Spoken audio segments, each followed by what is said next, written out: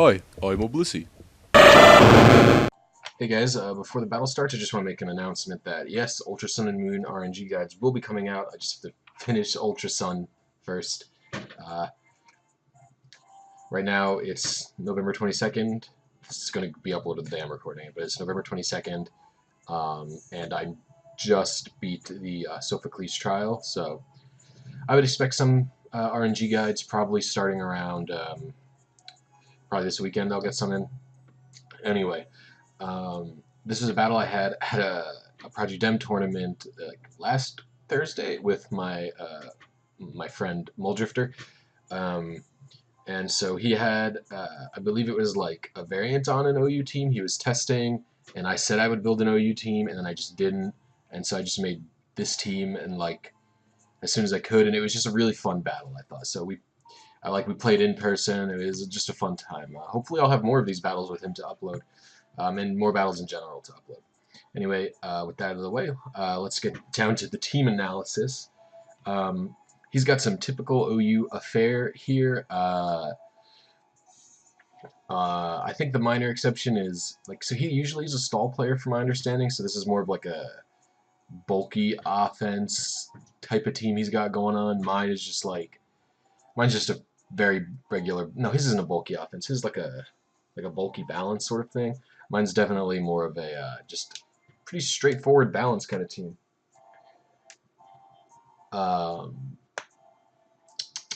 Yeah.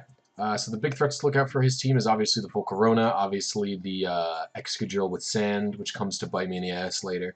But other than that, I'm actually not too afraid of his team. And you'll see in a second with Machamp coming in here that I don't have too much reason to be afraid of a lot of it. All right, let's get in the battle. He chose the music. He chose the Guzma music. A very good tune, to be sure. Well, a sick battle pose. I didn't even notice that the first time I played. Alright, so I lead with Machamp. Classic Gen 4 style lead. I know he's like NU now, but... so he leads with his T-Tar. Obviously, he's got every reason to be afraid of me. He probably would outspeed me, and I come to learn later what kind of set this T-Tar is, but he withdraws, goes straight into Toxapex. Obvious move, but turn 1 I want to play it safe, and you really can't ever go wrong with Dynamic Punch in my book, because it gets the confusion on them. I know I only have 8 of them, but to me it's not the biggest deal. So at the end of this turn, I'm trying to decide who I should go into to Toxapex. I actually kind of wanted to go into, what's his name? This is actually Nidoking, but I chose to not, and oh, he switches out here. I don't know why. I guess he was baiting for something. Oh, I knocked off because I wanted to just get whatever was, because I didn't really care about this Machamp too. Like, he's important, but like I was basically hoping not for a Scald Burn, and I got the Skarmory's leftovers off, which is pretty good. He's gonna set up spikes. I'm gonna Dynamic Punch Skarmory because again, like, it's Machamp. Like, what's the I don't feel too much of a need to preserve him, so I get good chunking in on this Skarmory, and he's faster than me, so if he roosts, he's going to get slapped with some good Dynamic Punch action, and it's going to be super effective. Champ's pretty strong when it's played right, I believe. It's kind of hard to play right, especially since Conkeldurr is just so much stronger, but I don't think it's bad. Here, I'm switching out because I know he's going to go back into Toxapex. And I switch into the guy meant to kind of counter Toxapex here. Now here I was thinking, okay, what? I was thinking, so this is sort of this guy doesn't have Thunderbolt on him. So I was like, okay, if he goes into Skarmory, I want to chunk him with the Flamethrower. And I don't know why he's got Flamethrower instead of Bolt Beam.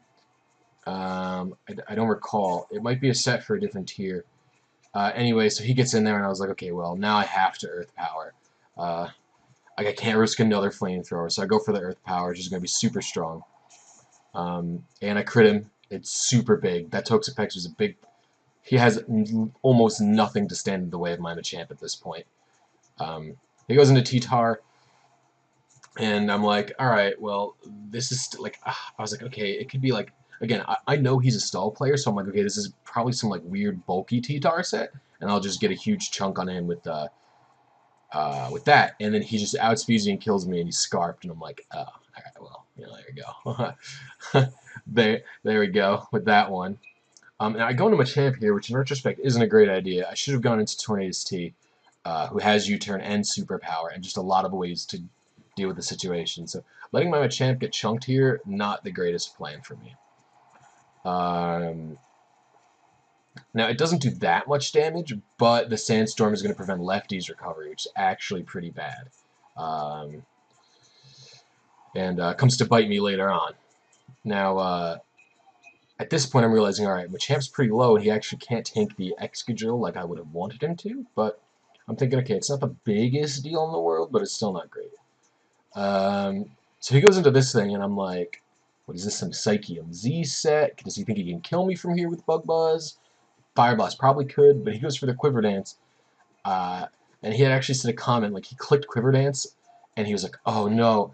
He's like, you're gonna Stone Edge me, and I don't think it's as, I don't know if it's not as common on Guts Machamp or what the deal is, but no guard Machamp gonna run Stone Edge all day and just murder that guy. I was thinking maybe he had the berry to reduce rock damage because that's sort of common as well, but you know, just a big goof from his part. And he goes into the Excadrill, and I was like, okay, I gotta think for this. No problem. Gonna Earthquake me. Gonna go into my Tornadus, and again, I make a big mistake. Obviously, it's Sander. Obviously, it's Sandrush.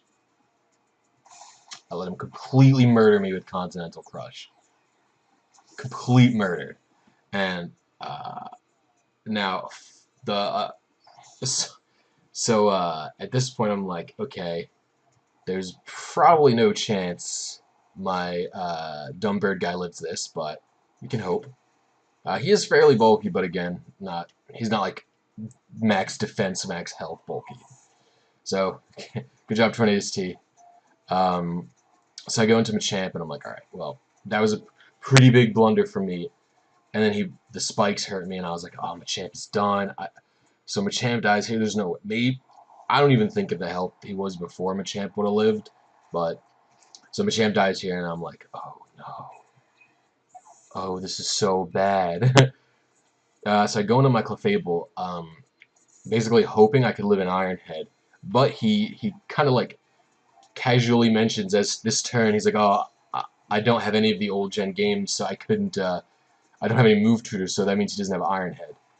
So I get a Flamethrower in, do a big chunk of damage, which is pretty nice. Kind of hoping for the burn, but it's not going to happen. At that point, it was, yeah. So here, I'm thinking actually maybe Clefable could live this, because it is a bulky Clefable. But he crits me, and that kind of makes it even, the crit 1-for-1, because I shouldn't have killed that Toxapex earlier, so there you go.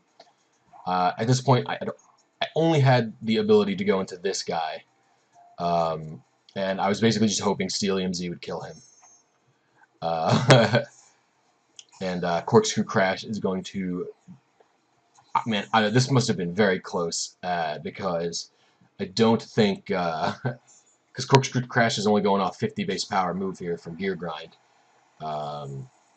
But the downside to losing my Clefable through this is now I have literally no way to kill that Ferrothorn. I only have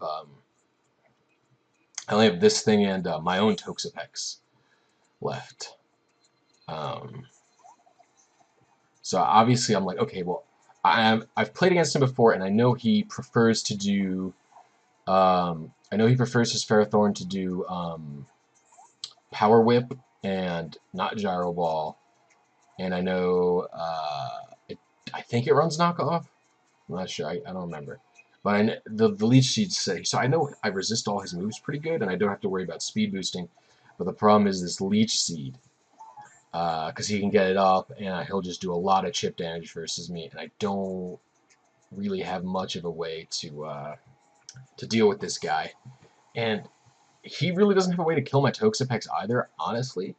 And so what basically happens here for the next few turns is if I skip ahead some, the video is just skipping right now. what ends up happening is I switch into, wow, that takes a very long, I clicked skip ahead 1 turn. It's taking this long. Basically what ends up happening is I try to set up a lot onto, who is my guy? Kling Klang.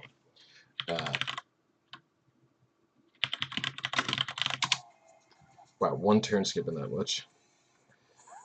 So we switch back and forth for a little while. It's a little bit boring. But so then like we're both trying to get the 1-up on each other. I'm like trying to get burns on some stuff, like see if I could stall this out.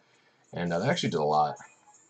And basically what happens is I'm trying to switch in, get some setup with Kling Klang going, and kill the Ferrothorn, but that doesn't work out so well.